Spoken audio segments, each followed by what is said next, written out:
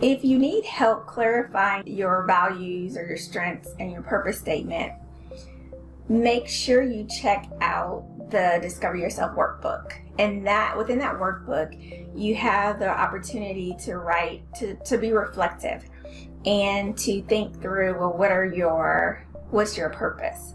What's important to you? What are your important values and how do they link to your organizational values?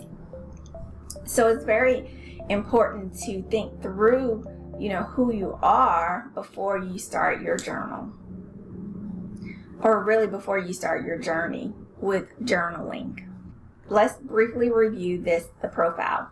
You first write your important values and strengths. What's important to you and what are your strengths? Then you write your purpose statement, like who am I? Your purpose statement helps you clarify your internal desires that are reflective of what you value in life. An example of a purpose statement is to cultivate the self-worth of women around the world, or you may want to inspire healthy communities by connecting people to real food. These are just some sample purpose statements that people have created while working on the Discover Yourself workbook. When COVID started, I also added a different section, and in that section included creating and clarifying your motto. And your motto is how you want to live your life every day. It's important to have an idea of, what's important to you. How do you want to experience life? Do you want to see the beauty in life every day? What's important for you? So writing your motto here helps you think through and helps you to be reflective for these next 90 days on who you are, what you represent in the world, what's your contribution to the world, and how you are living your life. The best self profile also includes a checklist of, what are you going to do differently?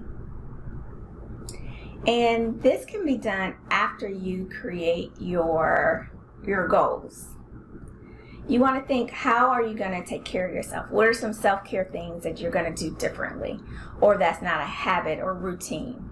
What days of the week are you going to spend time on those activities? It's important to not pressure yourself or stress yourself too much, because the stress of planning something you haven't done and putting a lot of pressure on you can lead to you just not completing the goal at all. For example, morning mindfulness.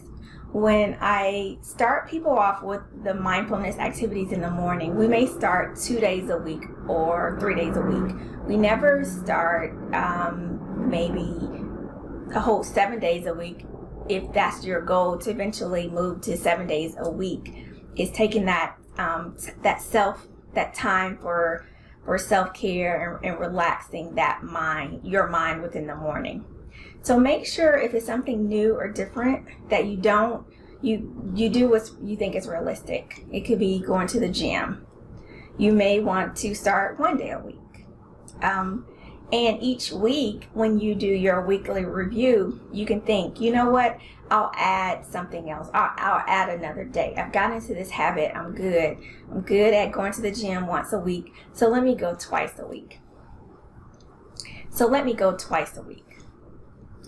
It's important that when you're writing this section, you write it in pencil as things change.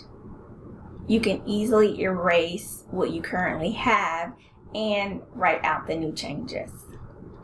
This best self profile can be activities related to your goal. So if your goal is about improving listening skills or communication skills, you can practice active listening once a day, once a week with one person that you know. Practice helps you continue to learn and grow. You don't just learn everything at one time. So it's important to practice behaviors that you are looking to change and not be hard on yourself when you don't change it immediately.